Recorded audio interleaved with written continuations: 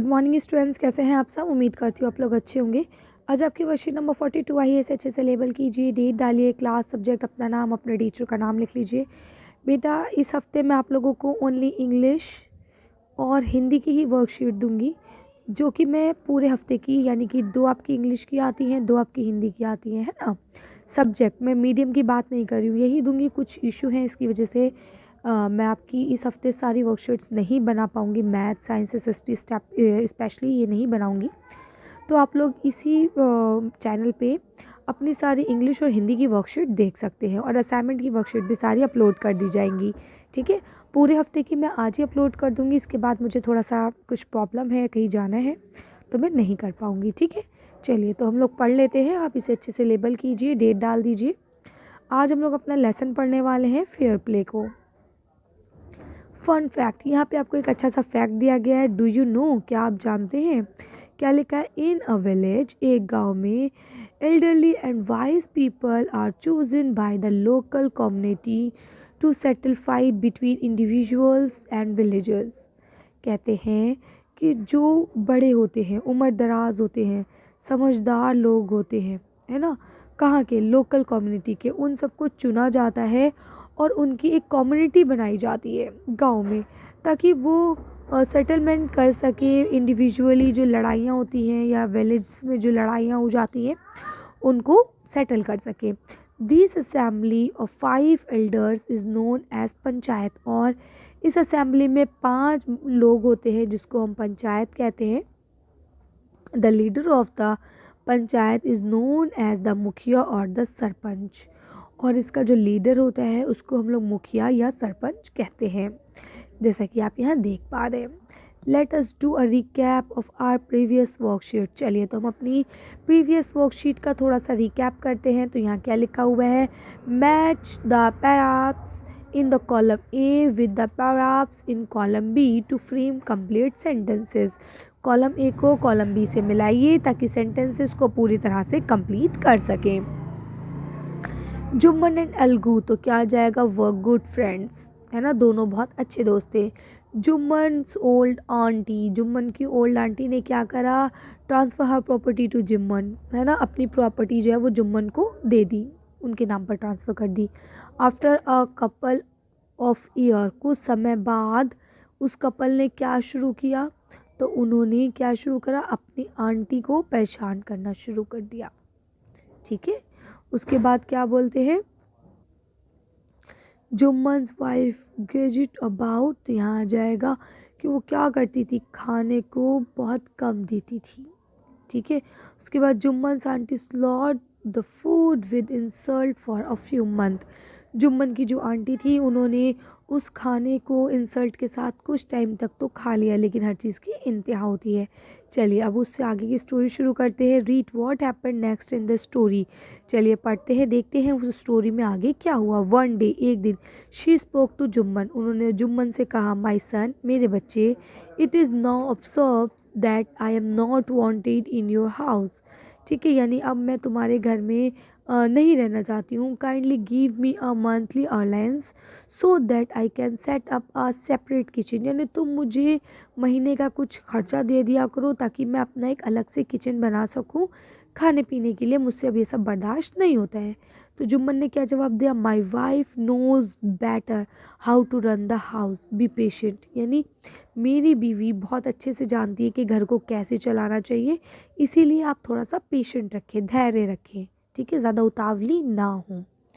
Sad Jumman shamelessly, मतलब जुम्मन ने बिल्कुल खुले लफ्ज़ों में ऐसा बोल दिया, बिना किसी शर्मिंदगी के एहसास के कि मैं ये गलत कर रहा हूँ, मुझे ऐसा नहीं करना चाहिए, मुझे अपनी बीवी की हरकतें या अपनी हरकतें सुधारनी चाहिए, बल्कि वो उनके ऊपर ही सीधा हो गया, है ना। This made his aunty very angry, और इस हरकत ने उसकी आंटी को बहुत ज़्यादा गुस्सा दिला दिया। एंड शी डिसाइडेड, उन्होंने डिसाइड करा, टू टेक, क्या करना है, लेना है, the case, take her case to the village panchayat, ताकि वो ये, अब उन्होंने फैसला किया कि वो इस केस को क्या करेंगी, पंचायत के पास ले जाएंगी।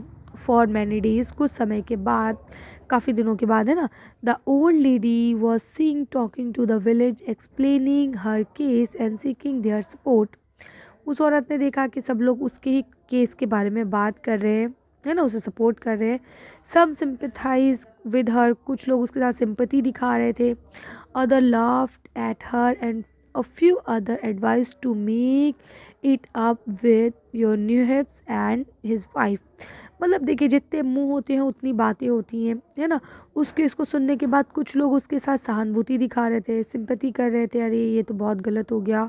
कुछ लोग हंस रहे थे, उनको अपनी मर्जी है, वो हंस रहे थे, मस्ती में थे, वो उन्हें मजाक लग रहा था ये सब, है ना। और कुछ लोग ये एडवाइस कर रहे थे कि क्या आंटी आप अपना अलग किचन करोगी, आप सुलह कर लो, है ना। किसके साथ मेकअप कर लो, अपने बच्चे के मतलब जो भी आपका है न्यू हिप्स, भतीजा भांजा जो भी है वो, और उसकी बीवी के साथ आप सुलह मशवरा कर लो, है ना। लड़ाई झगड़े में कुछ नहीं रखा। At last she came to Algu Chaudhary and spoke to him. और वो लास्ट में एल्गू चौधरी के पास आई, जो कि जुम्मन का दोस्त था, और उससे आकर उसने कहा, यू नो, तुम जानती हो चाची, Jumman is my best friend, Jumman मेरा बहुत अच्छा दोस्त है। How can I go against him, यानी आपको कैसे लगता है कि मैं उसके ख़िलाफ़ जा सकता हूँ। अलगू सैड, लेकिन अलगू ने कहा, ठीक है, बट इज़ इट राइट माई सन, बिल्कुल ठीक कह रहे हो तुम, ये बिल्कुल सही है, अभी आंटी कह रही है ना, टू कीप मम and not see what you consider just and fair. यानी अब मैं तुमसे ये उम्मीद कर रही हूँ कि तुम किसी भी चीज़ को ना ये मत देखो कि कौन सही है कौन गलत है, तुम सिर्फ एक जज की तरह काम करो, है ना, कंसिडर करो और सच्चाई की तरफ जाओ। प्लेडेड द ओल्ड लेडी, ये उस बूढ़ी औरत ने कहा। Come to the panchayat and speak the truth, panchayat में आओ और सच बोलो, शी सेड, उसने कहा। अलगू डोंट रिप्लाई, अलगू ने उसका कोई रिप्लाई नहीं कहा। But their word keep training in her air, यानी लेकिन उसने कोई जवाब नहीं दिया, लेकिन वो उस बूढ़ी औरत के जो वर्ड्स थे वो उसके कान में रिंग कर रहे थे, बज रहे थे, है ना। कुछ बातें ऐसी होती हैं जो हमें ज़्यादा हर्ट करती हैं, है ना। तो अब खैर यहाँ तक आपको समझ में आ गया। अब नेक्स्ट क्वेश्चन आपको लिखा है, on the basis of your reading, अपनी रीडिंग की बिना पर choose the correct word meanings. अब आपको वर्ड मीनिंग चुनना है from the help of the box, यहाँ पे आपको हेल्प बॉक्स से भी मदद ले सकते हैं। And right them in the space provided, अब ये जो स्पेस आपको दिया गया है यहाँ आपको लिखना है। देखिए ऑर्लेंस का मतलब क्या होता है, एन अमाउंट ऑफ मनी, यानी कि यहाँ पे आप लिख लेंगे AMOUNT, amount, OF of MONEY, ठीक है, कुछ हिस्सा पैसों का, ठीक है।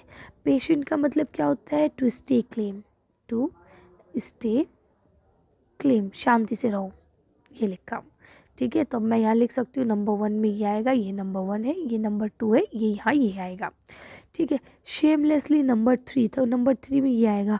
नॉट फील बैड, यानी बुरा महसूस मत करना, अबाउट डूइंग समथिंग बैड, कुछ गलत करने पर भी गलत को गलत महसूस ना करना, ठीक है। सिंपैथी का मतलब क्या होता है कि मतलब सॉरी, के मतलब अफसोस हो रहा है आपकी इस बात को देखकर, है ना, मतलब गिल्टी फील करना, गिल्टी भी नहीं, मतलब वो उनके लिए रहम दिखाना, दया दिखाना, ठीक है। तो चारों मैंने आपको बता दिए, कौन सा क्या होगा आप इसे लिख लेंगे। चलिए तो अच्छी वर्कशीट को हम ये ख़त्म करते हैं, अच्छी वीडियो में बस इतना ही। अगर आपको हमारी वीडियो पसंद आई हो तो प्लीज़ इसे लाइक और शेयर करें। अगर अभी तक आपने हमारे चैनल को सब्सक्राइब नहीं किया तो प्लीज़ मेरे चैनल को सब्सक्राइब करें। Thank you for watching.